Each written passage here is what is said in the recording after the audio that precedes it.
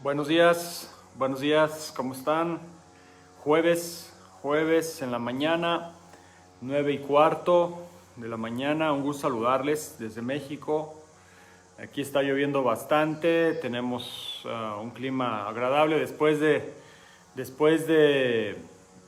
todos los calores que se han venido, los calores, el clima ha estado muy árido, muy seco. Y ahorita que esté lloviendo es genial. Aquí ya empezó la época de lluvias, ¿sí? Aquí donde vivo. Y cuando viene la época de lluvia son meses de lluvia, ¿eh? Pero meses de lluvia. Se ponen verdes las puertas, los closets. Vamos, pero también se pone muy verde todo. Los jardines, las carreteras. En esta zona se ponen preciosas porque se ve verde. Parece, pues no voy a decir una selva, pero es como una vegetación así abundante. Y eso es muy bello. Hay una carretera de aquí a un lugar que se llama Tepoztlán, que es un pueblo pequeño que está como abajo de un valle, de una pequeña cordillera preciosa. Realmente es un pueblo muy bello. Los mexicanos saben dónde es Tepoztlán, la mayoría.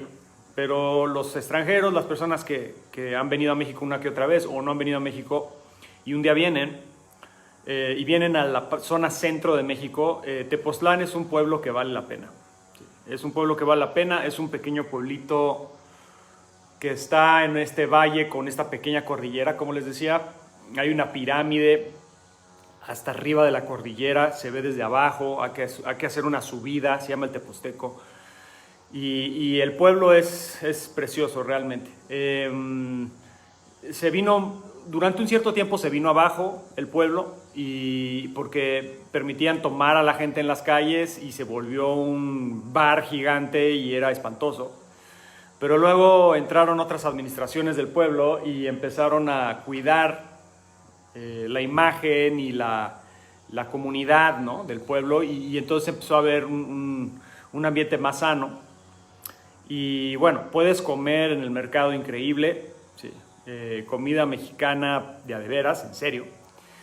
Quesadillas, tlacoyos, sopes, gorditas, cecina, barbacoa. O sea, realmente es rico ahí comer ahí.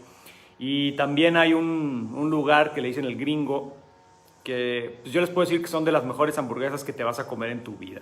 O sea, hamburguesas artesanales realmente deliciosas. Está otro restaurante que se llama Los Colorines, que es también comida tradicional mexicana, pero más tipo guiso. Entonces comes chiles en nogada, guanzontles, o sea, desayunas muy bien, también se desayuna muy rico. Y el lugar es muy colorido, ahora sí que Los Colorines es muy colorido, es un restaurante muy colorido. Y bueno, tienes de todo, entonces les recomiendo Tepoztlán. Y la carretera que va de Cuernavaca a Tepoztlán, la vieja, ahora en época de lluvias, se pone súper verde, se pone increíble. Entonces vas en la carretera y es así abundante, vas viendo la cordillera. Realmente es muy bonito, se lo recomiendo. Entonces, bueno, pues ya estamos en época de lluvias y es una época muy agradable. Primer mes, ya cuando son 3 meses de lluvia sin parar, dices ya, ya no quiero más lluvia, ¿no? Pero bueno, todo va fluyendo aquí bien. Ya tenemos todo el programa para ir montando la nueva Academia Central. La nueva Academia Central, han surgido muchas preguntas, dudas, comentarios, gracias. La nueva Academia Central va a estar en la colonia Álamos. Es una colonia céntrica de la Ciudad de México. Una colonia muy bonita, me gustó la colonia, por eso accedimos y aceptamos a este local. Es una colonia muy, muy agradable, en una calle bastante concurrida, pero que también tiene un tránsito local y tiene una energía local. El local como tal está en un tercer piso. Para acceder a él tienes que entrar como por una mini placita y un edificio y ya subes 3 pisos y el local está hasta arriba. Es un local de 130 metros cuadrados, totalmente cuadrado. Tiene una sola columna en medio que no es tanto problema porque tiene demasiado espacio a todos lados, son 130 metros. Tiene 2 baños y lo vamos a acondicionar muy bien. Vamos a poner tatami. El tatami va a ser, yo calculo como de 100 metros cuadrados aproximadamente, lo cual es un súper espacio para entrenar. Vamos a poder poner costales, quitar y poner costales, un sistema de quitar y poner costales para golpeo, para entrenamientos de striking. Afortunadamente tengo todo el equipo, me falta todavía más equipo y ahora con este lugar grande pues, vamos a tener que rellenar y meter más equipo, pero tengo barras para hacer barras dominadas, como se llaman, barras olímpicas, power racks, bolsas búlgaras, pelotas medicinales, manoplas, Thai pads, o sea, ¿sí? Anillos, tengo anillos, aros para hacer cuestiones de isometría, etcétera. Y pues bueno, o sea, nada más es ir y montar, ¿sí? Afortunadamente ya la inversión del equipo, pues aquí está embodegada, porque pues ya habíamos tenido academias antes, entonces es nada más irlo a poner. Y bueno, va a estar genial, realmente genial, estamos muy contentos, muy animados, los alumnos allá están muy animados, todo el mundo está como a la expectativa de esta nueva academia central y pues en julio empezamos. Me han estado preguntando más o menos los horarios, etcétera. No quiero yo adelantar demasiado porque hay que hacer algunos ajustes, pero básicamente los horarios van a ser de lunes a jueves, por las tardes y luego vamos a ir metiendo horarios por las mañanas. Las clases van a ser combative, va a haber clases como especiales, va a haber por ejemplo la clase combative regular donde va a ser de todos los grados, luego va a haber una clase senior de manejo de armas, va a haber una clase de striking, grappling, una clase de niños, una clase de puro ejercicio, o sea, va a haber diferentes entrenamientos por la tarde, noche, y en las mañanas poco a poco vamos a ir metiendo entrenamientos también. También vamos a empezar a meter, aunque sea una vez a la semana y luego lo vamos a abrir a 2, dependiendo cómo vaya funcionando, clases más tradicionales, ¿sí? Clases de, le voy a decir aikido, pero en realidad es un aikido híbrido, ¿sí? Más práctico, porque también tiene bastante de jiu-jitsu antiguo, japonés, tiene incluso cuestiones de judo, ¿sí? Algunas hibridaciones con jiu-jitsu brasileño. No podría decir que es aikido tradicional, sería mentirles, es un aikido, pues es el aikido que yo doy, que es un aikido más enfocado a la funcionalidad, ¿sí? Sin perder la esencia del aikido. Entonces esas clases también van a estar y bueno, pues va a estar genial, ¿sí? Poco a poco les vamos a ir diciendo cómo va a ir el proceso, a dónde vamos, les vamos a ir sacando algunas fotos para que vayan viendo la academia ya armada, poniendo los horarios, los costos, todo, ¿sí? Ahí vamos a hacer los cursos intensivos que los vamos a retomar para que personas de otros países y del interior de la República vengan a entrenar por 5 días, 4 días, 3 días intensivo. O sea, se puede hacer ahora sí todos los proyectos, se pueden ir realizando. Afortunadamente aquí en México el proceso de vacunación sigue y va, yo creo que lento, pero no va mal. Por ejemplo, ahorita ya el gobierno ya anunció que viene la vacunación a todas las personas de 50 a 40 años, me parece. O sea, a mí ya me tocaría la vacuna. Al principio yo estaba renuente con la vacuna y con todo el tema, pero ya después de investigar, de ver pasar el tiempo, la situación, lo necesaria que es, etcétera, pues sí, tanto Jessy como yo nos vamos a vacunar.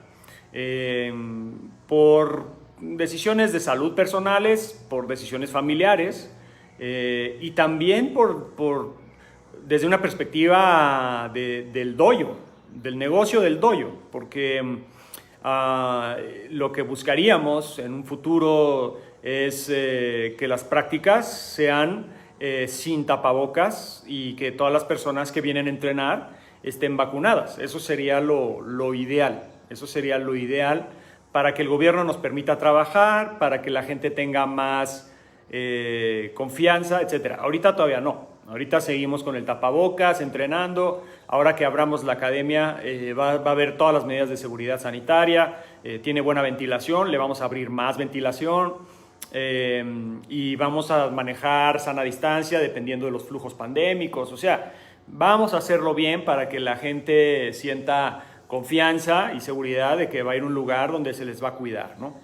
Pero a mediano o largo plazo, pues la idea es sí que hiciéramos una inmunidad de rebaño debido a que ya todo el mundo se vacunó, como sucedió en su momento con el sarampión, con la viruela, con la polio, o sea, con diferentes padecimientos globales que gracias a la vacunación masiva pues quedaron en el pasado o quedaron seriamente mermados y ya no es una amenaza. Así fue. A mí un doctor me dijo, el coronavirus va a ser como sucedió en su época con el sarampión, con la viruela, que pues vino, arrasó, y luego vinieron las vacunas, la gente se vacunó y ya, o sea, quedó en el pasado. Y bueno, pues sí fue pandémico, pasó así, pero pues ya pasó.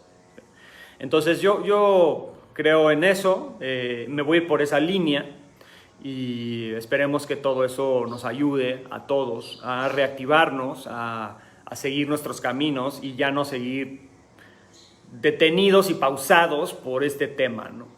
Hay personas que tenían la inseguridad o tienen el comentario de no, Bruno, ¿por qué abres ahorita si estamos en pandemia? Es una mala movida, que bla, bla, bla. No es una mala movida. Ya la Ciudad de México ya se está moviendo. Yo creo que ahorita la Ciudad de México está en semáforo verde, me parece, ¿no? Creo que está verde. Bueno, no sé si está verde. Incluso aunque estuviera naranja, la gente ya no se va a encerrar. O sea, la gente que tiene negocios, que tiene trabajos, que necesitan de la actividad para vivir, porque si no, si se mueren de hambre literalmente, van a seguir. O sea, van a seguir y tenemos que aprender a vivir con esta pandemia. Y es lo que hemos estado haciendo. Nos ha costado vidas, muchas vidas humanas, nos ha costado negligencias, nos ha costado experiencias desagradables, pero a final de cuentas pues, estamos aprendiendo a vivir con la pandemia. Y es el mismo caso con las artes marciales y la defensa personal. O sea, todos los que nos dedicamos a esto tenemos que aprender a vivir con esto y seguir, porque si seguimos encerrados y aislados, las artes se van a morir, porque no puedes seguir eternamente en una virtualidad y en tu casa tirando patadas en la sala. O sea, necesitas también el entrenamiento grupal, necesitas a un instructor en persona, a una instructora. O sea, entonces pues, tenemos que aprender a vivir con esto y a dar clases con esto y a seguir trabajando. Entonces, creo que eso todo el mundo ya lo entendió. Y la gente, no nada más los que damos clases, los que reciben las clases también. O sea, mucha gente dice, ok, ya me encerré un año, más de un año, y ahora quiero salir a entrenar y lo voy a hacer con precaución, lo voy a hacer de una forma responsable. Y déjenme decirles una cosa muy curiosa. Nosotros prácticamente no paramos, o sea, por algunos meses paramos las clases presenciales, pero por ejemplo, seminarios, yo seguí dando seminarios, algunas clases en medio de la pandemia, cuando estaban los contagios muy altos. Y les puedo decir que no hubo un solo contagio derivado del contacto del entrenamiento. Hubo contagios, tuvimos un grupo de contagiados hace meses, alumnos, pero fue porque se quitaron el tapabocas, iban encerrados en un auto, eso es lo que todos creemos, y de ahí se corrió y se contagiaron. Pero así que, miren, yo he estado expuesto, he dado clases a muchas personas, a muchas tocándolas, ¿sí? Tocándolas, derribando, aplicando técnicas, en medio de la pandemia, así, a muchas gentes en diferentes estados de la República con mi tapabocas. Y nunca me enfermé, hasta donde yo sé, y me he hecho pruebas de anticuerpos, y nunca me dio coronavirus. o sea, ni a Jesse, que estuvo conmigo y también estuvimos así, como en mucho contacto con diferentes personas. Yo creo, por la experiencia que tuvimos, yo sí creo que las actividades de artes marciales y defensa personal y el ejercicio hecho con prudencia no es una fuente de contagio. Es más, por mucho más contagioso el transporte público, pero por mucho. Ir en el metro, ir en el bus, o sea, eso es por mucho más riesgo que un grupo de personas se junten a entrenar tapadas y con conciencia. O sea, realmente, porque además muchas personas, no todas, pero varias personas que venían a las clases, hablábamos y me decían, yo estoy consciente de que necesito cuidarme para poder entrenar, o sea, cuidarme a mí para que no me vaya a dar nada y yo pueda seguir entrenando y cuidar a los demás, porque si me da y yo soy asintomático y me pongo a entrenar y contagio a otra persona, pues arriesgo a otra persona. Entonces, las personas como que estaban muy conscientes, o sea, muchos alumnos y alumnas muy conscientes de que tenían que, en aras del entrenamiento y también de su propia seguridad y de su familia, pues cuidarse muchísimo y yo también. Entonces, yo no vi ningún problema, honestamente, y les digo de cuánto llevamos de pandemia, más de un año, y no hubo problema alguno, o sea, no hubo contagios en todos los lugares donde hemos ido, no hubo contagios. Y, o sea, no hubo contagios por el entrenamiento, hubo contagios por otras cosas, pero no por el entrenamiento, así de que fueron a entrenar y se contagiaron todos, pero para nada. Entonces, esa es la experiencia que les cuento, ¿sí? Habrá gente que les diga, no, no es cierto. Bueno, pues yo me dediqué a dar clases y eso es lo que vimos, ¿ok? Entonces, no nos preocupa abrir la academia ahorita, no nos preocupa, va a jalar. De todos modos, la gente ya quiere venir a entrenar, van a venir a entrenar.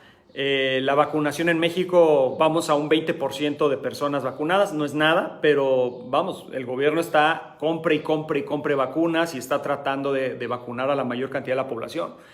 Y creo que vamos en el principio del fin de la pandemia, en el sentido de que sea paralizante, Entonces, bueno, eso es lo que yo he visto, lo que creo, y lo vamos a seguir haciendo. ¿Sí? El entrenamiento y la academia se abre y seguimos adelante. Con todas las medidas de seguridad sanitaria, como lo hemos hablado. Este domingo voy a estar en la Ciudad de México, en el Parque Chapultepec, de 8:30 a 10 de la mañana. Va a ser 1 hora y media de ataques punzocortantes. ¿Cómo sobrevivir a ataques punzocortantes? Diferentes ataques, diferentes modalidades de emboscada, con amenaza, etcétera. Vénganse a entrenar si quieren ver cómo entrenamos nosotros. A las personas que vayan a venir este domingo, tráiganse una botella de plástico de 250 mililitros. Sí, se compran su botellita en la tienda, una botellita de plástico, y se la traen, ¿ok? Porque vamos a hacer algunas dinámicas con la botella.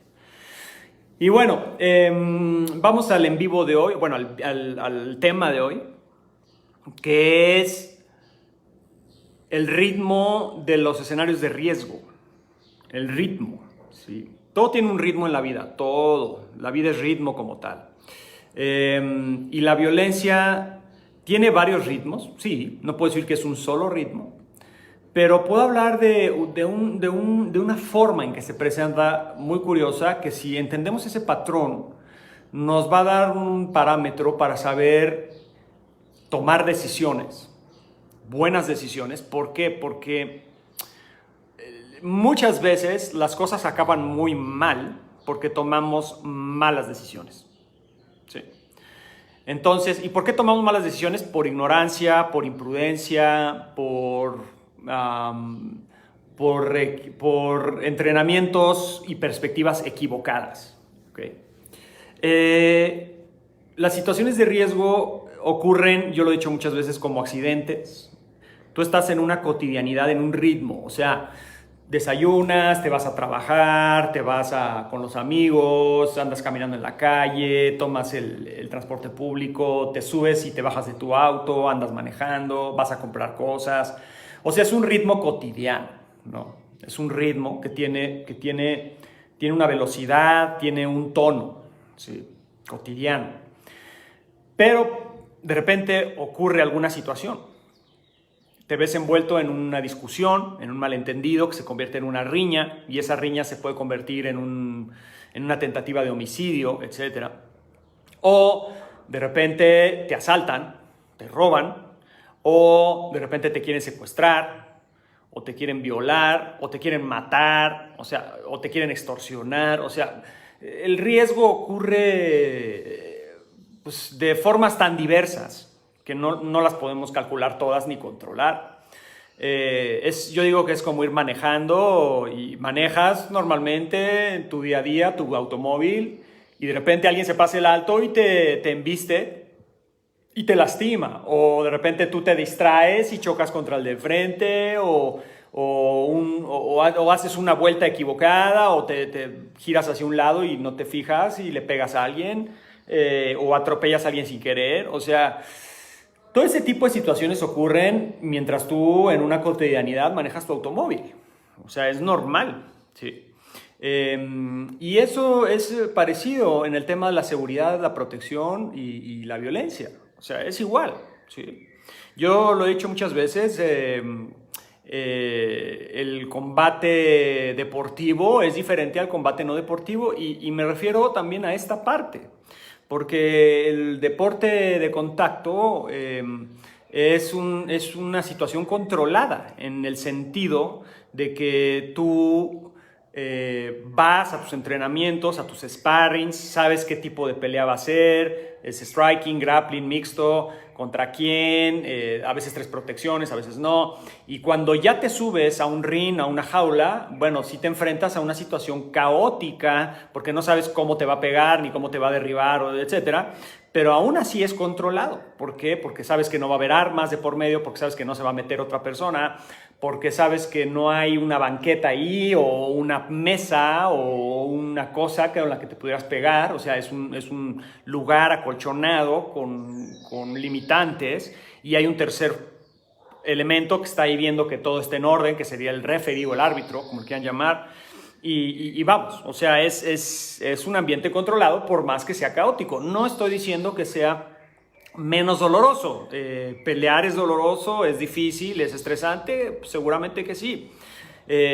Pero yo estoy hablando de otras circunstancias. ¿Sí? Las circunstancias no deportivas, violentas, pues casi nada lo puedes controlar. Y además no es de que tú lo vislumbres, o sea, no es de que tú estés desayunando en la mañana y digas, hoy me van a asaltar a tal hora y me voy a defender de esta forma, o voy a tratar de hacer esto porque me van a asaltar a tal hora, o hoy me voy a pelear en la calle a tal hora. O sea, eso es muy raro, ¿sí? Eso es muy raro. En cambio, cuando eres un atleta, un deportista, un peleador, sabes, hoy tengo mi pelea a las 10 de la noche, o hoy voy a ir a entrenar y voy a hacer esto y aquello, y lo planeas. Los asaltos, los secuestros, las riñas callejeras no las planeas. A veces supongo que sí, en ciertos escenarios de riña, por ejemplo, donde si tú vas y tú le echas bronca a otra persona a tal hora y dices, este vecino me tiene hasta el gorro, yo ya estoy harto de esta persona y acabando de desayunar voy a ir a tocarle la puerta y le voy a partir la cara. Bueno, eso ya es otra cosa. Pero eso ya es una provocación, ya es que tú eres el provocador y ya vas y te quieres desquitar. Ahí sí pudieras controlar el momento en que se daría la riña, pero más allá de eso no controlas nada, ¿sí? Nada, ¿sí? Entonces tú andas en tu carro, andas en tus cosas y pasan las cosas, pasan. Y el tema es de que cuando suceden y tu integridad física ya está en riesgo, son segundos. O sea, son segundos. Un asalto es en segundos. Una riña callejera es en segundos. Un secuestro es segundos. Un levantón son segundos. Un apuñalamiento, unos disparos o alguien que se te viene encima con una piedra a golpearte en la cara, en la cabeza, son segundos. ¿Sí? Ahora, estoy hablando específicamente ya de la acción física, pero previo a la acción física siempre hay un preámbulo, hay un proceso. ¿Sí? Y normalmente si eres una persona que sabes pensar, que sabes vislumbrar o prevenir y que sabes entender el ritmo de donde te mueves, cómo te mueves tu espacio, sabes leer a las personas, sus intenciones, cómo se están moviendo, su lenguaje corporal, etcétera.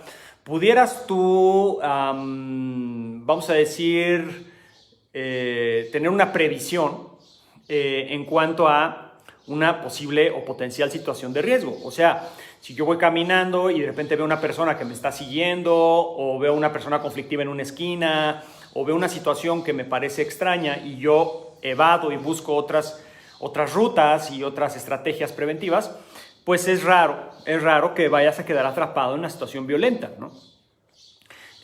Porque entiendes los procesos. O sea, por ejemplo, riña callejera. Justamente ayer di mi primera clase de Aikido para la calle. Ya había dado estas clases antes, pero tenía años que no daba Aikido para la calle.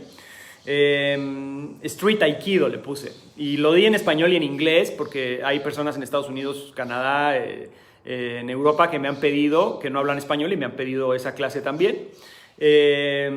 Y ayer estábamos viendo justamente y yo les decía a los estudiantes y a las estudiantes que para poder aplicar no nada más Aikido, cualquier arte marcial en una riña callejera, porque específicamente estas sesiones son para la calle, sí, pero en escenario de riña, pregunta primero quién es, porque pues quién sabe. Es que tocaron el timbre, ya lo escucharon, es un timbre asqueroso, lo quiero quitar. Realmente tienes que entender lo que es riña callejera, o sea, tienes que entender el proceso, y la única manera de entender el proceso es que hayas estado en riñas callejeras. Yo no soy experto en riñas callejeras en el sentido de que haya yo tenido 20 peleas callejeras. He tenido 5, 6 que podríamos considerar peleas callejeras. Y bueno, 6 peleas callejeras, 5, 6. La sexta no la considero como una pelea como tal, pero sí fue una cuestión de uso de la fuerza en la calle. Y como escolta también, cuando trabajaba como escolta tuve algunos episodios de uso de fuerza, o sea, de donde tuve que golpear a una persona. O sea, entonces supongo que esas son también, podríamos catalogarlas como riñas callejeras. Y cuando ya tienes varias, entiendes como un patrón, o sea, alcanzas a ver que suceden de cierta forma, ¿no?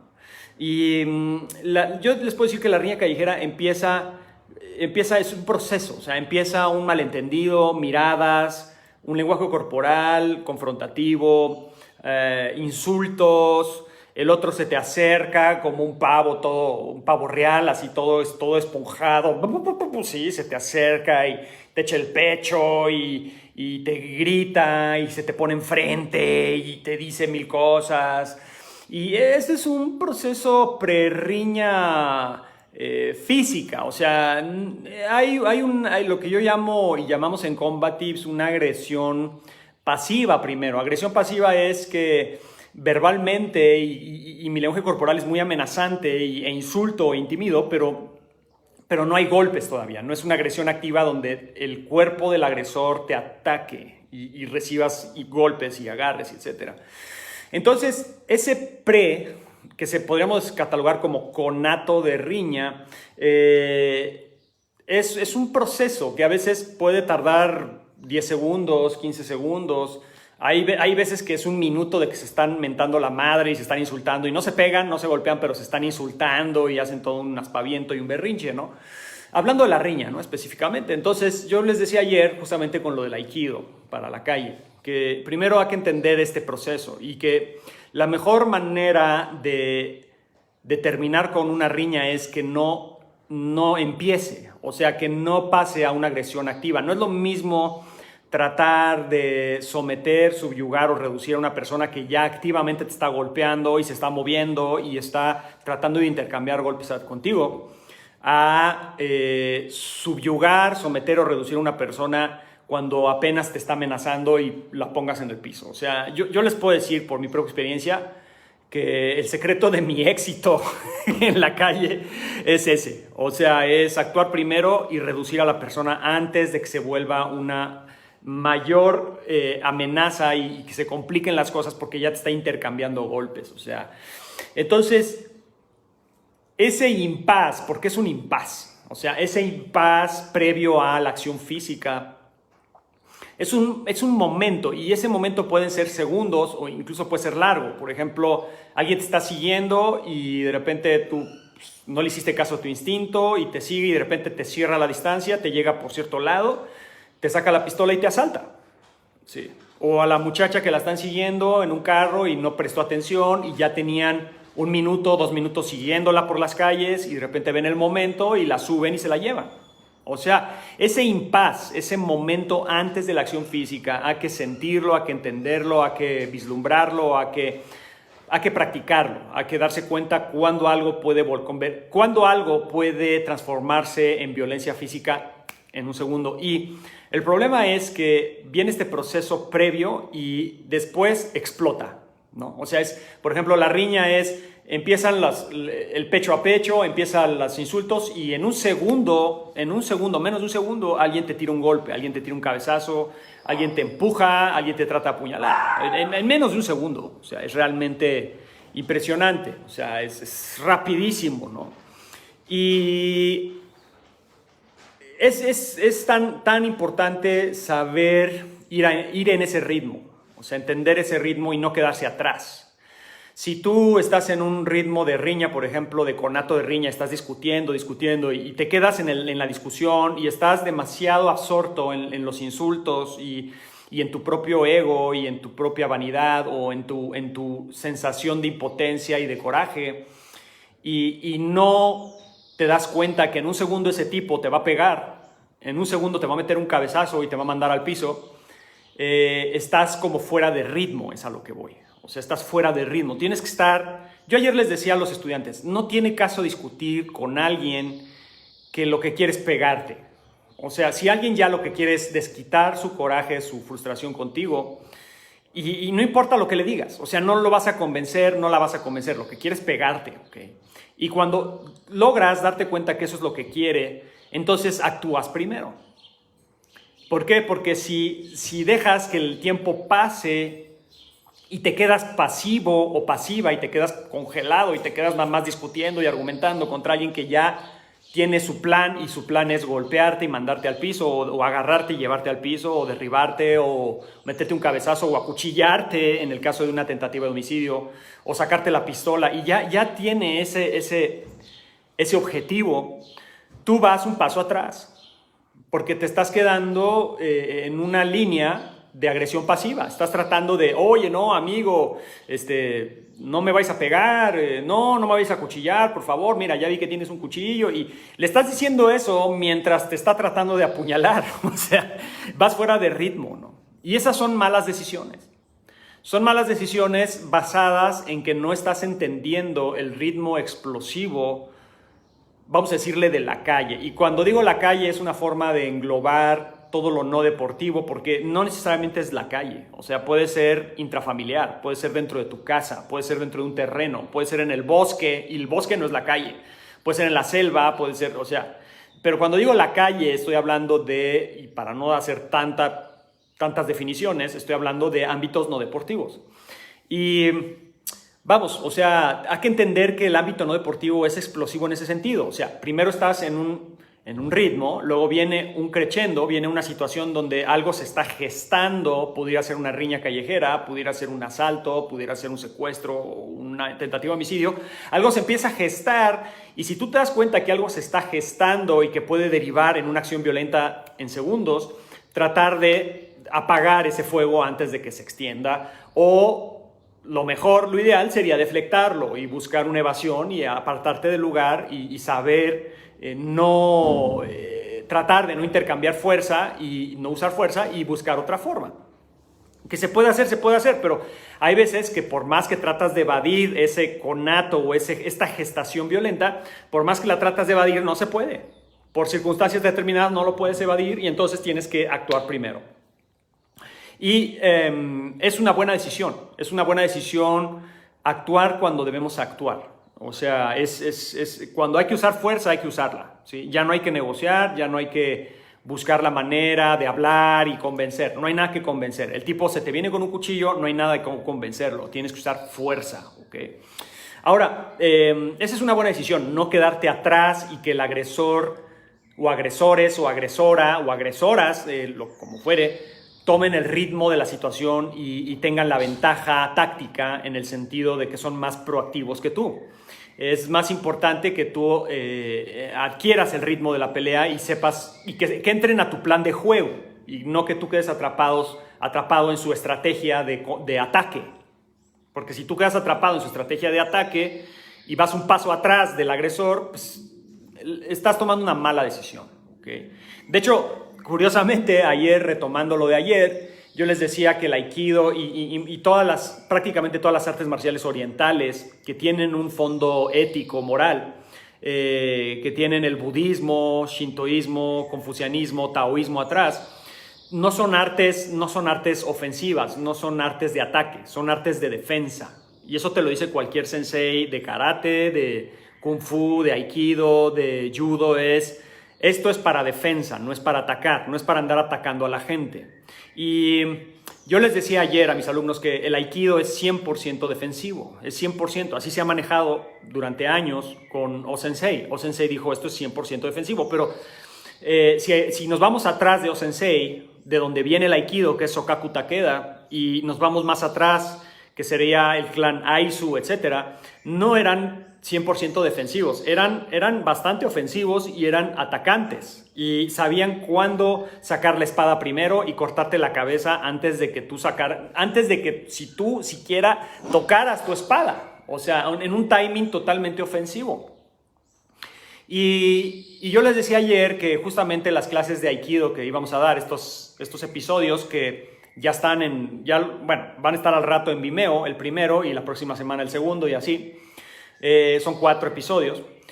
Va a ser, el primero fue 100% ofensivo, o sea, es retomar las raíces del budo antiguo japonés y entender cómo se usaba de una forma ofensiva. O sea, cuando tienes a alguien que se está poniendo agresivo, confrontativo, y tú lo que haces es le metes una llave, le metes un derribo antes de que te golpee, antes de que siquiera piense en cerrar el puño y golpearte o agarrarte. Y tú llegas y ¡pam!, lo pones en el piso. Y ese es el verdadero, yo les decía, este es el aikido funcional, o sea, o el judo, ¿sí? O el jiu-jitsu realmente funcional, o el karate funcional, lo pongo en el piso antes. O, por ejemplo, si habláramos de karate, no voy a esperar a que me suelte un golpe. Le meto una mae-geri en la boca del estómago y le saco el aire. O sea, le meto una patada frontal y ¡pum!, le saco el aire. O le meto un puñetazo en la boca del estómago antes de que me vaya a soltar un golpe y le saco el aire y queda en el piso.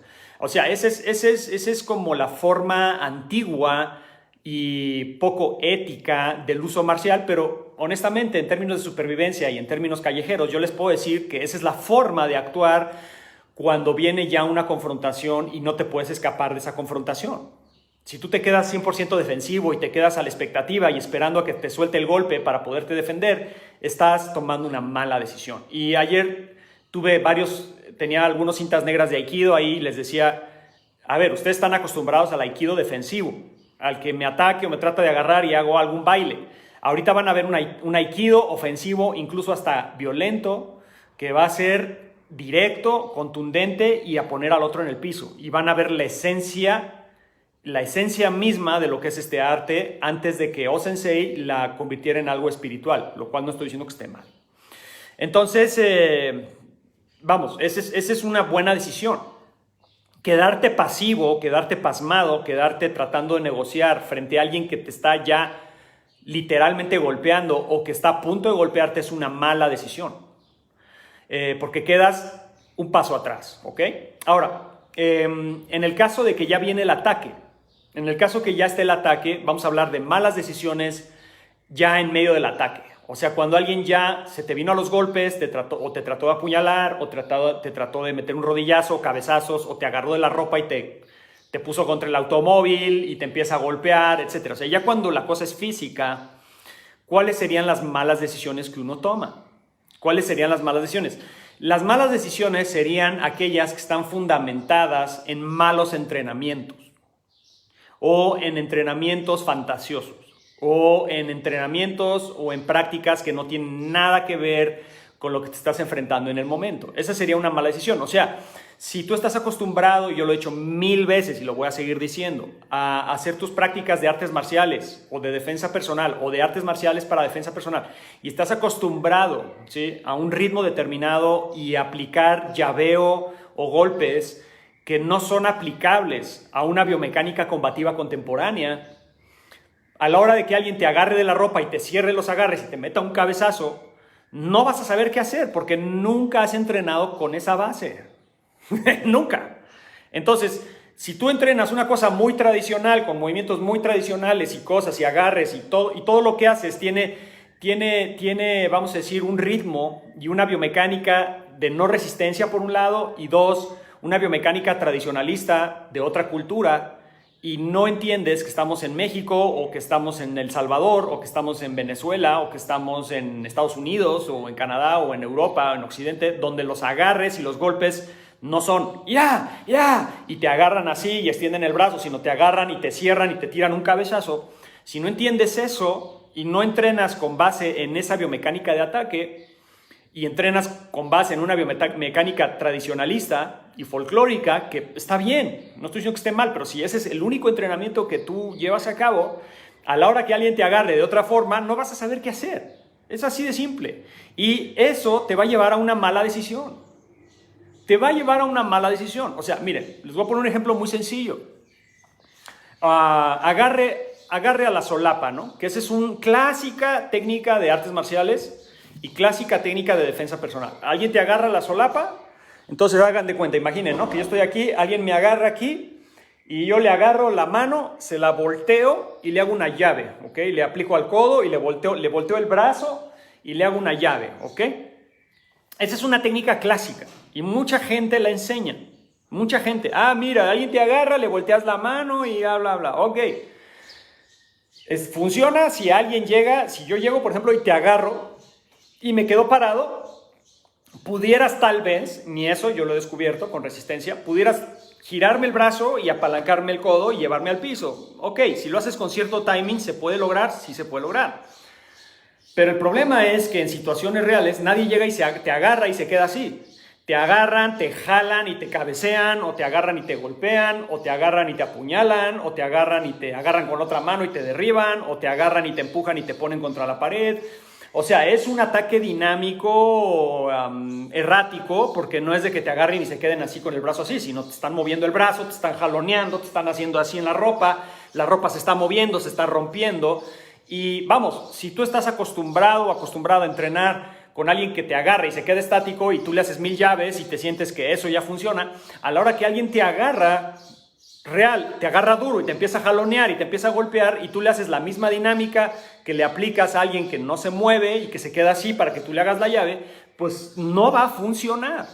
Y ya es una mala decisión, o sea, es una mala decisión técnica, no táctica. Primero hablé de las malas decisiones tácticas, ¿sí? Ahora estoy hablando de las malas decisiones técnicas. O sea, la técnica es incorrecta, es inadecuada. ¿Por qué? Porque no va a funcionar con alguien que se está resistiendo, que se está moviendo o que te agarra y te empieza a golpear.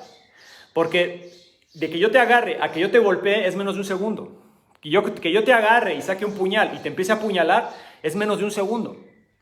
Y tú para hacer una llave aquí y girar y todo, te vas a tardar 1,5 segundos siendo muy, muy bueno. Y les está hablando a alguien que tiene 20 y tantos años de experiencia. No estoy inventando las cosas, no estoy diciendo, yo cuando tomé mi diplomado o mi cursito de Aikido o de Jiu-Jitsu o de Karate me enseñaron que girar la mano, bla, bla. Les estoy diciendo de alguien, se los está diciendo a alguien que tiene 20 y tantos años haciendo llaves, ¿ok? Y por más rápido que seas con una llave, te tardas 1,5 segundos, 2. Por más rápido, ya estoy así como una super expertise, ¿eh? Y en 1 segundo alguien te agarra y te apuñala. Entonces, si no has practicado nunca dentro de tus entrenamientos que alguien te agarre y te trate de apuñalar o alguien te agarre y te golpee, vas a seguir aplicando técnicas tradicionalistas, folclóricas, que tienen el objetivo de expresar un conocimiento, un linaje marcial, pero que en una situación real no va a tener nada que ver y los tiempos, estás fuera de tiempo. O sea, estás a destiempo. ¿Por qué? Porque el otro ya te viene golpeando mientras tú apenas le estás apalancando. Y mientras tú le estás apalancando, ya recibiste varios impactos que si son fuertes, te van a mandar al piso o te van a mermar tu palanca o no la vas a poder hacer. O te van a apuñalar y mientras estás haciendo una llave te están agujerando todo el cuerpo. O sea, es eso. ¿Sí? Entonces, esa es una mala decisión técnica basada en un entrenamiento que no tiene nada que ver con la realidad contemporánea. Y esas son malas decisiones y vienen de malos entrenamientos. Malos entrenamientos en el sentido no de que sean tradicionales, en el sentido de que pretendas tú como instructor o como practicante empatar a fuerzas un entrenamiento tradicional con una situación contemporánea. Lo contemporáneo es lo contemporáneo y lo tradicional es lo tradicional. Que lo puedes fusionar y que puedes usar los principios tradicionales, pero los tienes que ajustar a lo que realmente te podría pasar en la calle o en una situación de violencia intrafamiliar o etcétera. Entonces, las malas decisiones técnicas vienen de malos entrenamientos. ¿Sí? Ejemplo clásico serían los ataques de cuchillo. Tú vas a tus entrenamientos de defensa personal, vas a tus entrenamientos de artes marciales y te dicen, hoy vamos a practicar ataques de cuchillo, ¿no? Y vamos a hacer técnicas para defendernos de un ataque de cuchillo. Y entonces el instructor viene o el compañero y te ataca de una forma, ¿no? Y deja el brazo, te ataca y deja el brazo y entonces a ti te da tiempo para desviar, sujetarle la muñeca y girarle la muñeca y quitarle el cuchillo. O tipo Aikido, donde le tuerces la muñeca y lo tiras. O tipo Kali, donde bloqueas, le agarras la mano y le golpeas al cuchillo y lo desarmas y luego le haces un nudo humano o silat o ese tipo de cosas. O incluso Krav Maga, donde bloqueas, enganchas, rodillazo, patada a los huevos y al piso. O sea, y haces ese tipo de prácticas con alguien que se queda aquí y que te da el tiempo y el espacio para hacer ese tipo de cosas. Y está bien para tener una base. Por algún lado tienes que empezar. Como un entrenamiento básico no lo veo mal. Pero de eso a pensar que el ataque de cuchillo va a ser exactamente igual, así como lo hiciste en el entrenamiento, va a suceder, no sé, dentro de tu automóvil, o en un pasillo, o en un elevador, o en la calle, o no sé, que tu pareja se volvió loca y te empieza a apuñalar, o sea, ese tipo de cosas, y de repente la realidad es totalmente diferente a lo que tú entrenaste. Y entonces, ¿qué va a suceder? Cuando viene el fulano, viene agarrando la ropa y viene apuñalando en pistón y viene sacando la mano para que no le agarres el cuchillo, todas las técnicas que tú practicaste durante años no van a servir. Y entonces eso es una mala decisión, muy mala decisión, basada en un entrenamiento que no era congruente con la situación. ¿Sí? En cambio, si tú, por ejemplo, entrenas, vamos a ver cómo son los ataques de cuchillo. Si tú nunca has estado en un ataque de cuchillo, ponte a internet, ponte a YouTube, Facebook, lo que sea, cómo son realmente los ataques de cuchillo. Y te vas a dar cuenta que son de pistón, son de repetición. El fulano muchas veces el agresor agarra la ropa y empieza a apuñalar, o pica por varios lados, o pica así, o sea. Y entonces te empiezas a dar cuenta, eso es un ataque de cuchillo. Ok, real. A ver, alumno, fulanito, ven, acércate, agarra este cuchillo de entrenamiento y atácame como quieras y a ver qué hago. Eso es mucho más realista, ese entrenamiento, aunque te maten 1000 veces dentro del entrenamiento, mientras descubres cómo hacerle. Es mejor que descubras cómo hacerle con un amigo en un entrenamiento con un cuchillo de mentiras, a que trates de descubrir cómo hacerle en una situación real, con un cuchillo real, porque si tú empiezas a improvisar sin ninguna base técnica, táctica real, en un ataque real de cuchillo, te van a matar. Eso es lo que va a suceder. ¿Sí? Entonces, eso es un error técnico basado en un mal entrenamiento. En un entrenamiento, cuando digo mal entrenamiento, un entrenamiento que no tiene nada que ver con la realidad. ¿Sí? En ese sentido es malo, pues. O, por ejemplo, los desarmes de arma de fuego. No, a ver, te ponen una pistola en la cabeza y se la quitas así, así. Ok, perfecto. Y de repente tú le enseñaste a tus alumnos o alumnas, y los alumnos se fueron con esta idea de que todos los escenarios con armas de fuego te lo van a poner en la cabeza cerca y tú vas a poder hacer un desarme y le vas a quitar el arma. Y sucede que a ese alumno o esa alumna va caminando por la calle y de repente llega un chico de 14 años, flaquito, delgadito, así, y le saca la pistola, y cuando le saca la pistola no se la pone, sino se la aleja. No se la acerca, sino se la aleja a tu estudiante Y entonces tu estudiante se queda pasmado porque dice, ay, eso sí no lo entrené, ahora sí no sé cómo hacerle. Y entonces en ese momento se le ocurre abalanzarse para tratar de quitarle la pistola y le meten 2 balazos y lo matan o la matan. Esa fue una mala decisión técnica basada en un mal entrenamiento. ¿En qué sentido? Que en el entrenamiento nadie te dijo, nadie te, vamos a decir, te dio el análisis completo y nadie te enseñó que no todos los escenarios con arma son a corta distancia, que muchos van a ser con el arma acá y la amenaza va a ser dinámica y va a estar moviendo la pistola aquí o acá abajo o la va a esconder en la bolsa y nada más te va a amenazar de lejos. O sea, y si nadie te dijo eso, tú vas a tomar muy malas decisiones técnicas en una situación real y entonces sí te va a costar la vida. Sí. Entonces, las malas decisiones tácticas son derivadas, o sea, el game plan que te falle, o sea, la estrategia que te falle es porque vives en una irrealidad, o sea, o porque no entiendes cuál es el ritmo y cómo suceden las situaciones de riesgo y todos los diferentes escenarios a los que te podrías enfrentar. Esa ignorancia te va a llevar a una mala decisión táctica. No prevenir, confrontar, no evadir, etcétera, etcétera, etcétera, ¿sí? Y una mala decisión técnica se deriva de un entrenamiento que no tiene nada que ver con los escenarios reales a los que te pudieras enfrentar. Entonces, en el momento que, ojalá nunca, pero si viene una situación de esas, vas a actuar como tu entrenamiento y no va a funcionar. ¿Sí? No va a funcionar. Por eso yo critico tanto los drills. Los drills que muchos sistemas muestran, ¿sí? O sea, muestran ejercicios de respiración y ejercicios de desvíos y bloqueos y ejercicios juguetones que no tienen nada que ver con la realidad, porque ese no es el ritmo ese no es el ritmo de la calle o de una violencia intrafamiliar o de un ataque de cuchillo. No, ese no es el ritmo, no es un ritmo juguetón. Es un ritmo explosivo que viene de la nada de diferentes direcciones. O sea, no nada más viene de frente, puede venir del lado, puede venir por atrás. Y el ritmo es en segundos. El logo de Combatives, que ahorita no lo tengo, si no se los enseñaba, pero el logo de Combatives tenemos 2 logos, tenemos el logo del águila y tenemos el logo de la calavera, ¿ok? El logo del águila es la parte táctica espiritual de Combatives, es como la más hacia el arte marcial, y el logo de la calavera es el logo representa la parte de Combatives más de supervivencia, más extrema, ¿no? Y en el logo de Combatives ustedes van a ver la calavera y van a ver 2 rayos, ¿ok? 2 relámpagos. Y lo que significa esos relámpagos, significa que tú en promedio tienes 3 segundos efectivos para cambiar el rumbo de una situación de riesgo. O sea, en 3 segundos se define una pelea. ¿Hacia dónde se va a ir?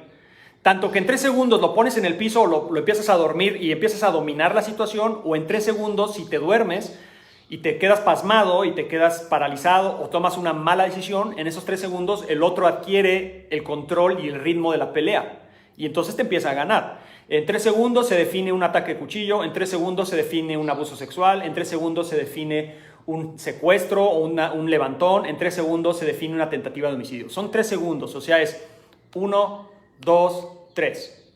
En ese lapso de tiempo, tú ya tienes que haber adquirido la ventaja de la situación y adquirido el ritmo, o sea, que la situación se vaya a tu favor, porque tú actuaste primero y te moviste rápido y hiciste cosas muy contundentes y muy fuertes.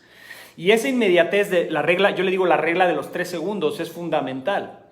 Y una mala decisión táctica es pensar que tienes más de 3 segundos. En ese sentido, por ejemplo, es bien interesante el tema del sparring. Por ejemplo, es bien interesante el tema del sparring, porque yo soy pro sparring, o sea, yo creo que sí se debe de hacer sparring. Pero sparring, bueno, en el ámbito deportivo, tu sparring está enfocado a que desarrolles capacidades y habilidades para poderte enfrentar a otro competidor, a otro deportista, a otro atleta, y que tu pelea sea buena, ya sea mixta o grappling o striking. Entonces necesitas sparring, ¿ok? Y el sparring te va a dar esas habilidades, esas capacidades de adaptabilidad, de velocidad, tolerancia al dolor, al estrés, etc. Eso en términos deportivos. Y en términos no deportivos, el sparring te va a enseñar qué sucede cuando tratas de quitarle un cuchillo a alguien o tratas de desarmar a alguien o alguien te viene a golpear y le tratas de hacer una llave o un derribo y no funciona porque se está resistiendo. Y entonces el sparring te va a ayudar a adaptarte y entender cuáles son las variables reales y la biomecánica adaptativa para que puedas seguir dominando la situación. Eso es lo que va a ser un sparring. En defensa personal, el sparring no es competitivo, no es de, ay, yo someto a todos y por eso soy el campeón. No nos interesa eso. O sea, lo único que nos interesa es ver dónde están nuestros errores. Por ejemplo, cuando hacemos sparring de supervivencia de cuchillo, se te viene encima con el cuchillo, tú lo tratas de desarmar, no lo puedes desarmar, te agujeran varias veces con un cuchillo de entrenamiento y ese fue un sparring genial porque te mostró todos tus errores en una situación, afortunadamente, que no es real, es un simulador. Porque si nunca hiciste eso en una situación de simulación, en una situación real, tú tratas de hacer eso y el cuchillo sí es de verdad y el otro sí te quiere matar y te van a matar.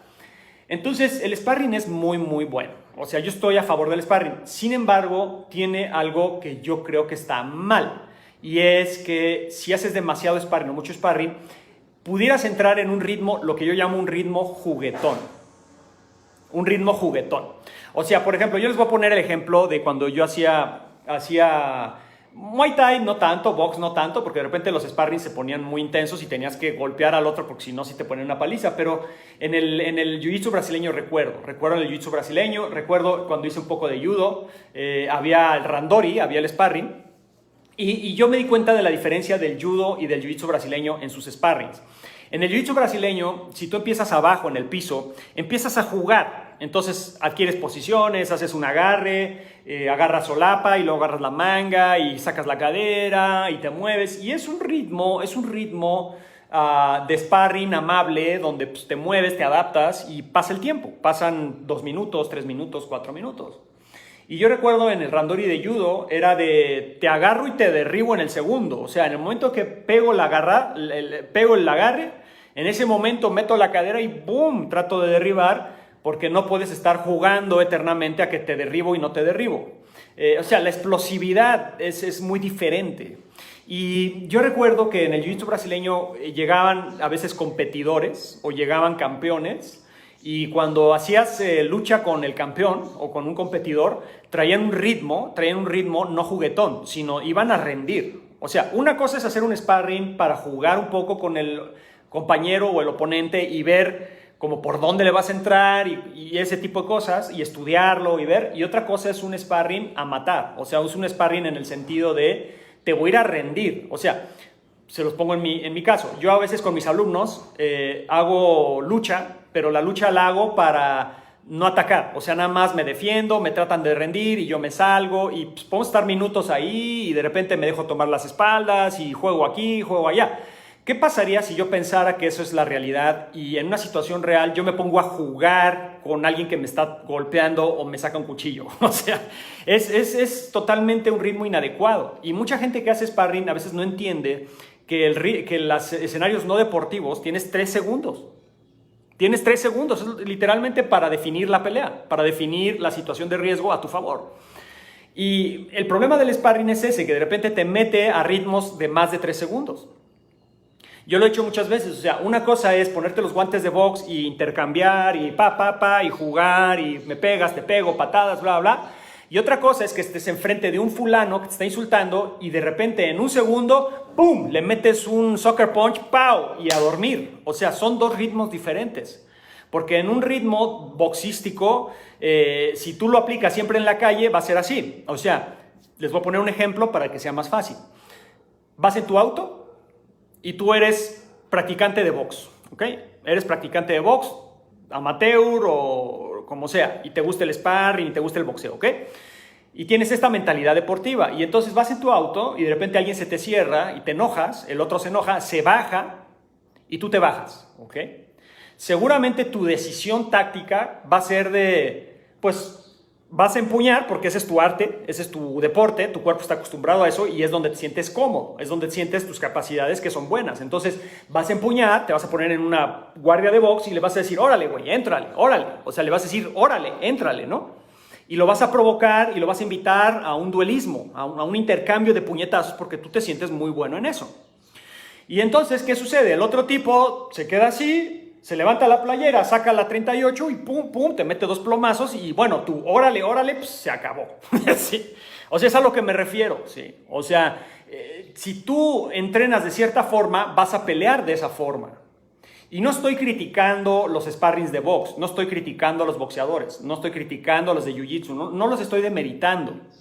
Son excelentes y los entrenamientos y los sparrings de box, de kickboxing, de jiu-jitsu, de lo que sea, yo soy pro sparring, me parecen una excelente herramienta.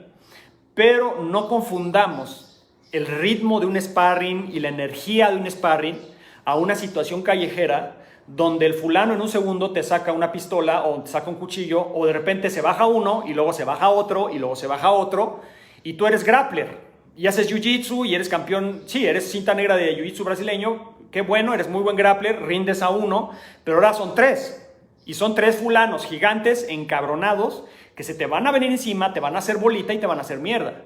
O sea, si no entiendes y no sabes diferenciar el ritmo deportivo o de prácticas de una situación real, estás en un problema. Porque va otra vez lo mismo, es una decisión, yo me refería a la decisión táctica, es una decisión táctica equivocada y puede costar la vida. Para cerrar este en vivo, porque me tengo que poner a trabajar, quisiera para ello, para cerrarlo y dar a entender esto y englobarlo, quisiera hablar de 3 formas, ¿ok?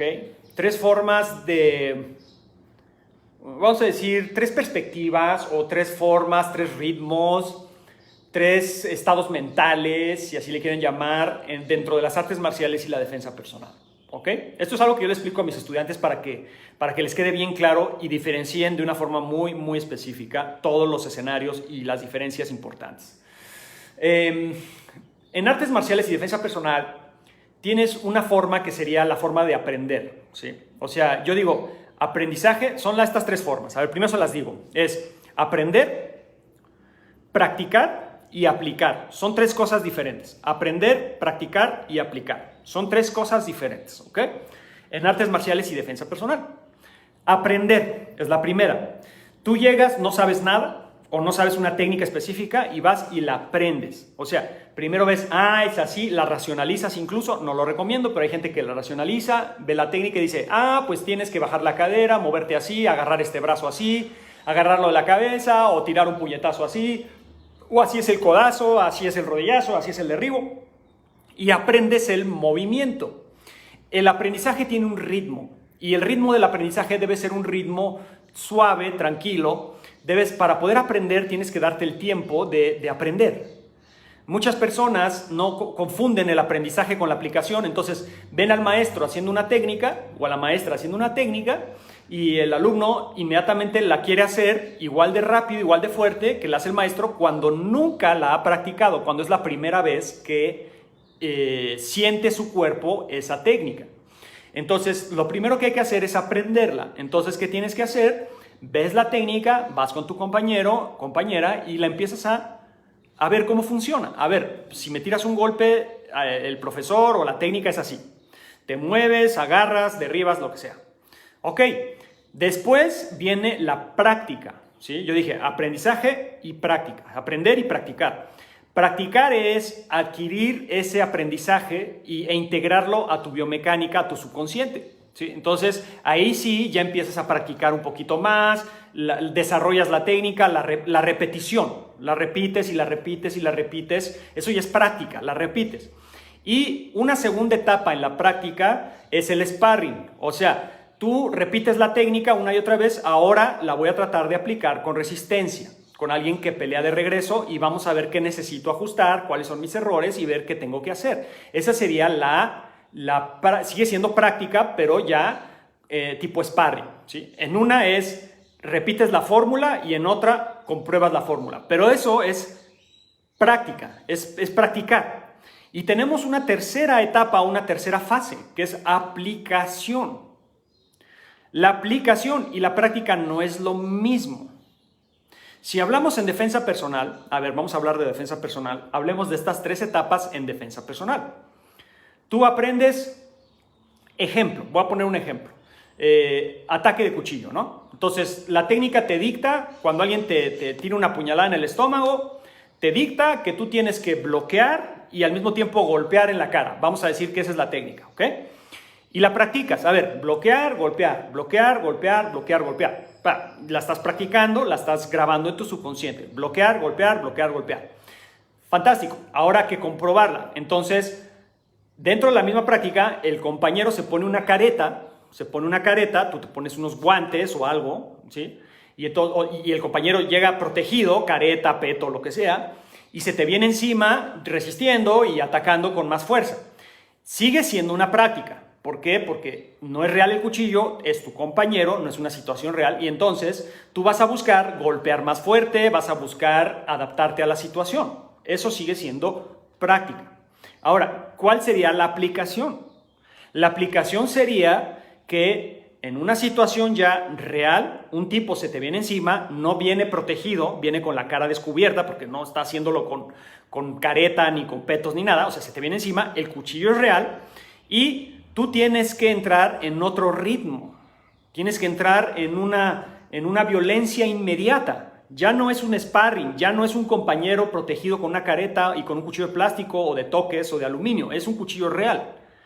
Y si tú en una situación que requiere que apliques con toda fuerza y furia y apliques golpes para lastimar, empiezas a adquirir un ritmo juguetón de sparring y a jugar y a buscarle las maneras de derribarlo y pues te van a matar. Te van a matar porque estás aplicando un ritmo de sparring a una situación real. En una situación real tienes que ser fulminante, ¿sí? Y tienes que aplicar para matar. Yo siempre he dicho, en la práctica tú te tienes que asegurar, en la práctica, que tu compañero se vuelva a levantar, porque es una práctica. En una aplicación te tienes que asegurar que el enemigo, porque en una aplicación ya no es compañero, es el enemigo. En una aplicación, en defensa personal, tienes que asegurarte que el enemigo no se vuelva a levantar. Son dos cosas diferentes. En las prácticas hay compañeros, en las aplicaciones son enemigos. Y tú haces todo para matar, tú haces todo para lastimar. No es lo mismo golpear a alguien juguetonamente y te voy a tirar aquí, a tirar para lastimar y romper. O sea, no es lo mismo que yo te tire un puñetazo ya con la furia y con la desesperación de sobrevivir y que busque romperte la mandíbula o busque fracturarte la nariz o golpearte en la tráquea con todo. No es lo mismo golpear así, con esa intención, a golpear con el guante y jugar y tirar y estar aquí y estar tirando y No es lo mismo. Entonces, la diferencia en defensa personal, en estas tres etapas, tres fases, sí es evidente. Y también en entrenamientos de deportes de contacto. Ustedes vean a los peleadores de las jaulas. Primero aprenden la técnica, luego la practican, luego la desarrollan en sparring dentro de la jaula con un compañero. No es una pelea de campeonato. No están peleando contra alguien de otro equipo, están peleando con un compañero y están haciendo un sparring fuerte, están viendo cómo desarrollan sus capacidades. Y en tercera etapa, la aplicación ya sería en la pelea de campeonato o en la pelea profesional contra alguien que te viene a volar la cabeza dentro de una jaula. Y entonces, si un peleador no sabe distinguir el ritmo de jugar en sparring con un compañero a pelear ya contra un oponente de otro equipo que viene a volarte la cabeza a patadas, pues el peleador acaba mal. En la jaula tienes que entrar a matar, tienes que entrar en una dinámica ya de energía violenta donde no vas a jugar, no es tu compañero, es tu oponente, es un adversario que quiere ganar un cinturón y lo va a lograr a través de lastimarte. Ustedes platiquen con los peleadores profesionales y todos te dicen, nosotros entramos a la jaula a lastimar, no entras a pegarle y puntos y a ver juego, no, entran a lastimar los peleadores. El boxeador tira para lastimar, ¿no? Cuando está peleando en el ring contra un oponente, un adversario por un cinturón, por algo así, están pegando para lastimar, no están pegando ahí para jugar. Un peleador no te va a pegar igual en un sparring a una situación real de combate donde se está jugando un cinturón o un campeonato o lo que sea. Y si se dan cuenta es totalmente diferente. Y hay personas que no lo entienden. O sea, hay idiotas, porque esa es la palabra, idiotas, hay idiotas que en los sparrings se ponen a pelear como si fuera vida o muerte. A mí me ha tocado. Yo me acuerdo hace, pues como 20 años, más o menos. No sé, calculo 20 años, es que ya es tanto tiempo. Pero estábamos haciendo un sparring de supervivencia contra cuchillo. Y con un ex compañero, ¿sí? Un amigo, compañero que yo conocía, pero este chavo, este joven, los dos estábamos chavos. Era muy explosivo, no se sabía controlar, nefasto, tóxico, la verdad. Y si me estás viendo, te puedo decir y repetir, eres un tóxico. Y no me vas a dejar mentir, si me estás viendo. Estábamos haciendo sparring de supervivencia contra cuchillo, ¿ok? Entonces, él mismo me dijo, ¿cómo quieres hacerlo? Y le dije, bueno, pues vamos a hacer un sparring al 40%. O sea, vamos a llevarnos la leve y vamos subiéndole poco a poco. Yo dije, vamos subiéndole poco a poco. Ah, ok. Me dijo, ok. Entonces, cuando yo le dije verbalmente al 40%, pues yo me puse relajado. Dije, pues me va a atacar duro, rápido, pero al 40%. Entonces, cuando se me viene encima y primero sí me atacó como al 40%, le empecé a bloquear las estocadas y casi no me podía hacer daño. Me cortaba medio los brazos, pero el cuerpo no me lo picaba. Se empezó a desesperar. O sea, como que se molestó, se calentó, se molestó. Y entonces pasó del 40% al 100%. Y entonces me tiró un golpe, ¿sí? Me tiró una puñalada y me tiró un golpe. Pero me lo tiró duro, ¿sí? Me pegó y entonces ahí sí me di cuenta, dije, esto ya no es 40%. O sea, esto ya no es un sparring amistoso. Este fulano, ¿qué le pasa? O sea, entonces yo en vez de parar el sparring, como soy bien caliente también, dije, entonces es 100%. Entonces yo le dije, ¿quieres pelear? O sea, yo le dije, ¿quieres pelear? Y me dice, sí. Y entonces se me viene encima y me trata de golpear. Y entonces yo ya no entré en 40%. Ya entré como si mi vida dependiera de ello. Sí, lógicamente. Lo recibí con un pinche derechazo de frente en el hocico, pero, o sea, yo ya le tiré con todo. O sea, yo dije, ¿sabes qué, cabrón? ¿Quieres pelear? Pues ahí te van los putazos y a ver cómo lo sientes. Y ya le metí una pinche verguiza, o sea, o sea, ya me puse súper violento. Lo que no esperaba es que lo agarré de la playera, porque estaba acostumbrado como a ser muy así y no tenía esa pinche maña callejera que uno ya trae de tiempo. Y entonces le metí un pinche derechazo y lo alcanzo a agarrar, lo agarré de la playera y con esa misma playera bloqueé la estocada que me metió y que lo llevo al piso. O sea, le di un jalón y que lo jalo para el piso. Y en el piso, pues el cuchillo, cuando tú jalas a alguien al piso hacia abajo con un cuchillo y se va así de boca, las manos las va a usar para ponerse en el piso. O sea, se va a recargar, en vez de irse con la cara, lo que va a hacer es va a meter las manos. Entonces el cuchillo momentáneamente queda en el piso porque está usando el cuchillo para recargarse en el piso y volverse a parar. Entonces ahí puedes aprovechar y puedes anular el cuchillo con el pie, o puedes meter la rodilla, o corres, o cualquier cosa, ¿no? Pero como yo ya estaba bien pinche caliente, le puse la rodilla en el piso. Yo sabía que no iba a aguantar mucho porque lo iba a zafar, pero dije, puse la rodilla, o sea, no piensas, nada más lo haces. Puse la rodilla en el piso y le empecé a meter unos madrazos en las costillas, pero con todo. Dije, ahora sí te voy a romper las costillas. O sea, pues yo también me calenté. Y el fulano ya empezó, ya, por favor, ya. O sea, empezó ya, ¿no? Ya. Y ya me paro y le digo, te dije, cabrón. O sea, yo estaba bien caliente. Y le dije, párate, güey. O sea, porque así soy yo. Le digo, párate, güey, otra vez. Y ya no. No, sí, otra vez, güey. Vuélveme a atacar y vuélveme a madrear a ver si puedes. Es con cuchillo o con lo que quieras, cabrón. Veas, porque yo quería más. Y el tipo, no, güey, ya, porque era amigo mío, ¿no? Ya, güey, no, ya estuvo. Le digo, no, ya estuvo ni madres, güey. Párate y a rompernos la madre, güey. Y yo estaba bien caliente, bien enojado. Y lo bueno, afortunadamente, es que el chavo ya se hizo para atrás. No, güey, ya, ahí muere. Ok. Y ya me fui yo enfriando. Esa es la pinche gente idiota. O sea, si estamos haciendo sparring, es sparring, no nos estamos matando, ¿ok? No es una pelea real, no estás peleando por un campeonato, es sparring. Tienes que aprender a pelear a un 30, 40, 50, 60%.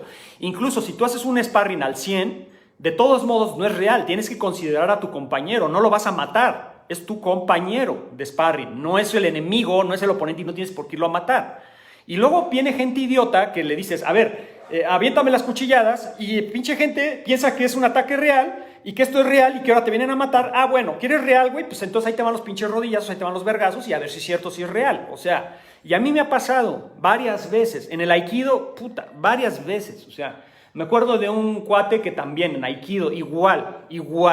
Así de, estamos entrenando y me dice, no, yo no lo siento real.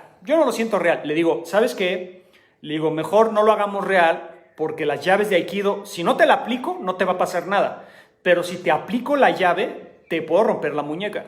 No, no es cierto, no es real, no es cierto. Hasta que me colmó el pinche plato, la verdad, ya yo estaba hasta la madre. Le dije, ¿sabes qué, güey? A ver, ¿quieres sentir lo real? Ahí te va lo real. Y le metí un pinche sankyo.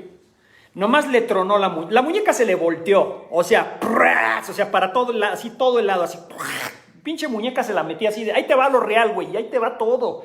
Y la verdad sí se la puse para romperle la muñeca. Dije, ahí te va todo. ¡Pum! ¿Y qué hice? Pues sí, le fracturé la muñeca, se la disloqué. ¡Ay, que la chingada! Empezó a gritar, le digo, ahí está lo real, güey. ¿Querías lo real? Ahí está lo real. O sea, es la gente que no sabe entender que una práctica, un entrenamiento no es real. No nos vamos a matar. Estamos simulando algo. Ahora, si lo quieres real, te tienes que atener a las consecuencias. O sea, si yo voy de payaso a un lugar de MMA, por ejemplo, y me subo al ring con un peleador de MMA y le digo, ay, vamos a lo real, vamos a pelear real, ¿qué me voy a ganar? Me voy a ganar que el peleador se va a encabronar a la hora que sienta que yo vengo con ganas de matarle y volarle la cabeza y lógicamente me va a pegar y me va a lastimar. ¿Por qué? Porque yo estoy provocando eso, ¿sí? Entonces, hay que entender cuándo estás aprendiendo. A ver, a los instructores también les ha pasado. Mira, yo sé que varios maestros y maestras me están viendo. A ver, díganme si estoy mintiendo, si les ha pasado esto. Estás explicando una técnica. La estás explicando, no estás peleando, estás explicando una técnica. Y el alumno, que es nuevo o que no sabe cómo son las dinámicas, se pone a pelear o se pone a resistir y se pone a querer luchar contigo cuando estás explicando. ¿No les ha pasado eso? Yo conozco varios instructores, a mis instructores les ha pasado y a mí me ha pasado. Estoy explicando algo y el alumno se pone a pelear. Y yo antes no tenía paciencia, o sea, ¿quieres pelear? Y órale, pues entonces a pelear. Pero luego ya me volví, creo que un poco más profesional, un maestro más maduro, más profesional, y yo paro y le digo, a ver, amigo, no estamos peleando, estoy explicando, ¿ok? Estoy explicando, no te pongas necio, o sea, no te voy a lastimar, no estoy tratando de lastimarte o de subyugarte o de ofenderte. Te estoy usando para que la gente entienda cómo es la técnica, no te voy a lastimar, o sea, bájale, tranquilo. Hay varios alumnos que agarran y dicen, sí, perdón, sí, y ya. Y hay otros, a mí me ha tocado, que les explicas, no estoy peleando. Y no sé qué les entra en la cabeza, que se ponen a pelear y siguen peleando.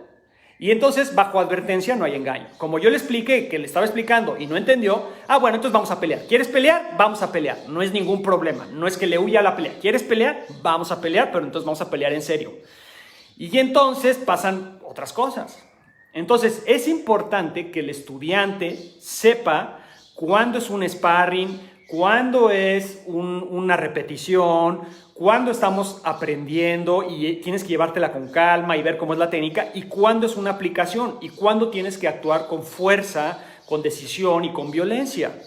Y es lo mismo con los maestros. Hay maestros que aplican como si estuvieran peleando todo el tiempo y lastiman a los alumnos a lo pendejo, ¿sí?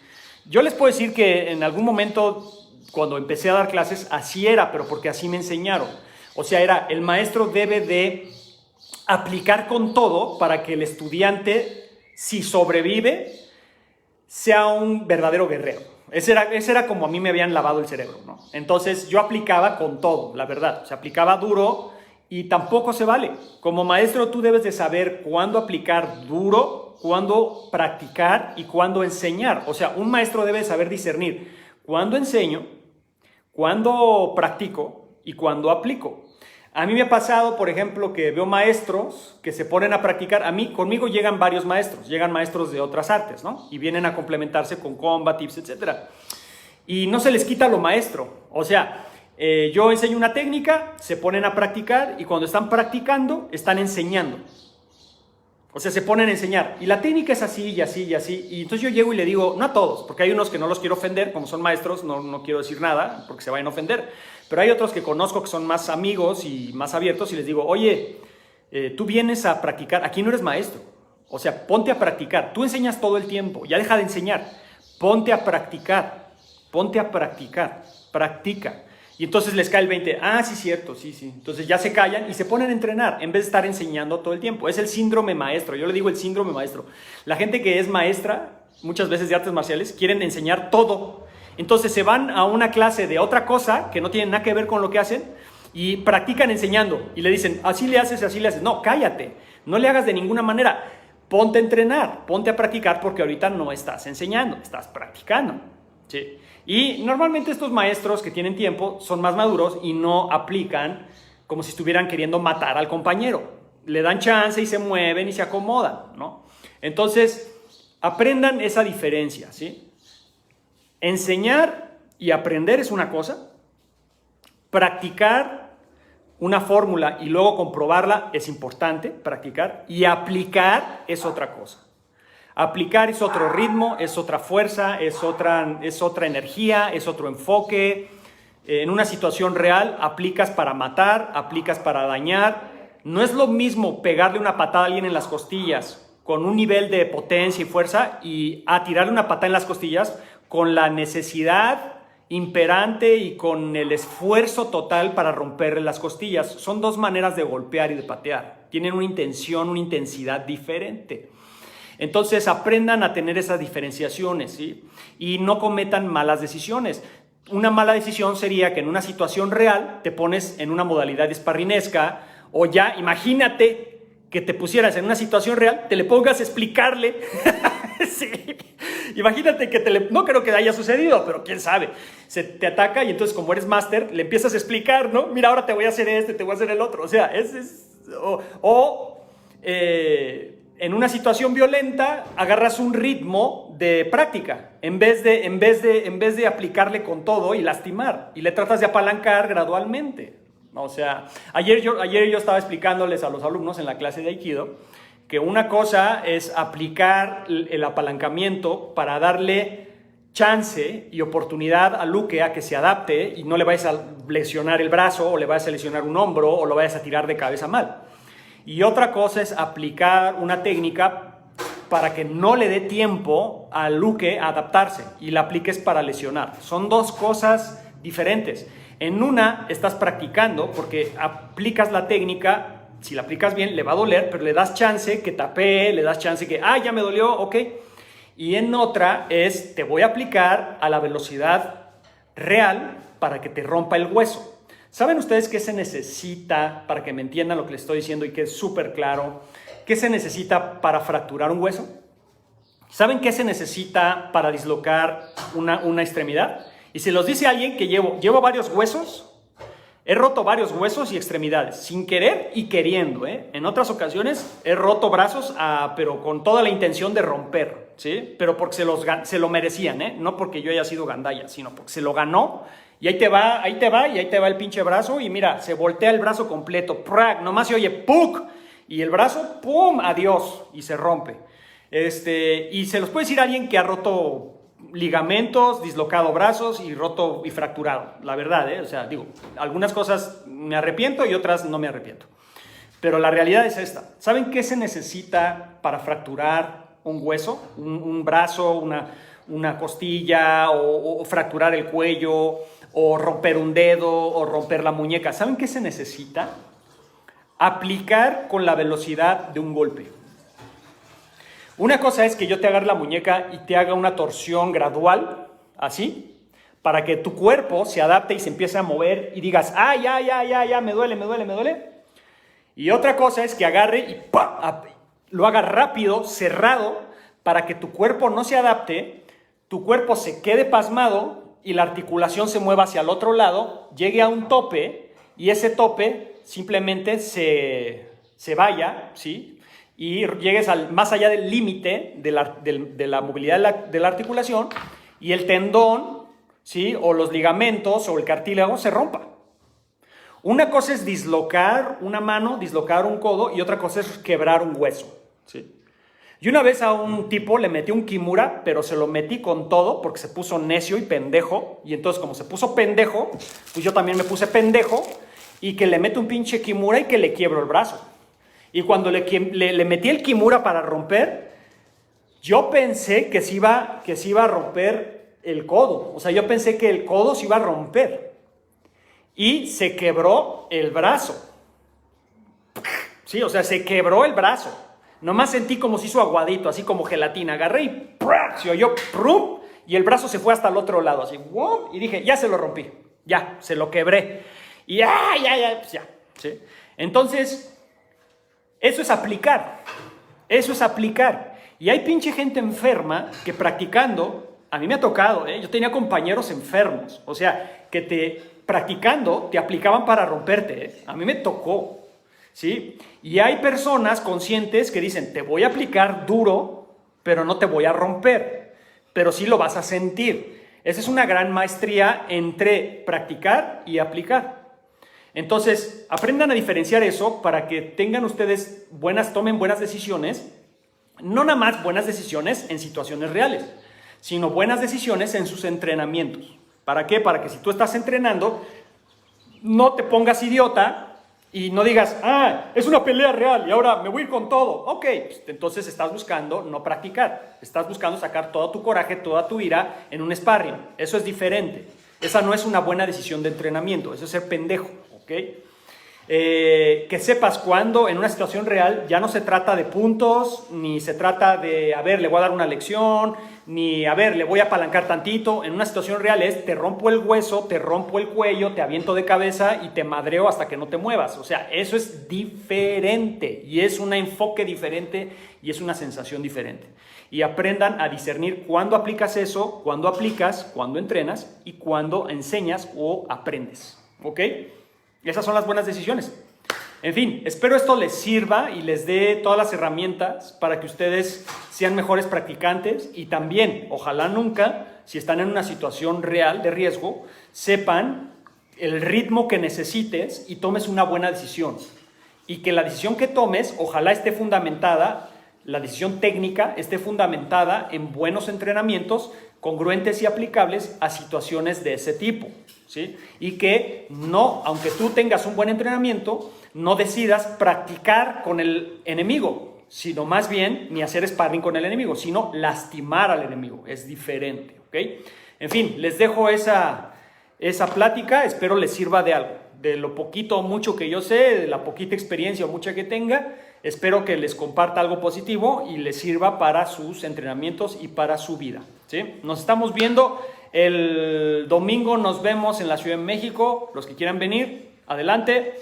Y pronto, en julio, nos vemos en la Academia Central en la Ciudad de México. Hasta luego.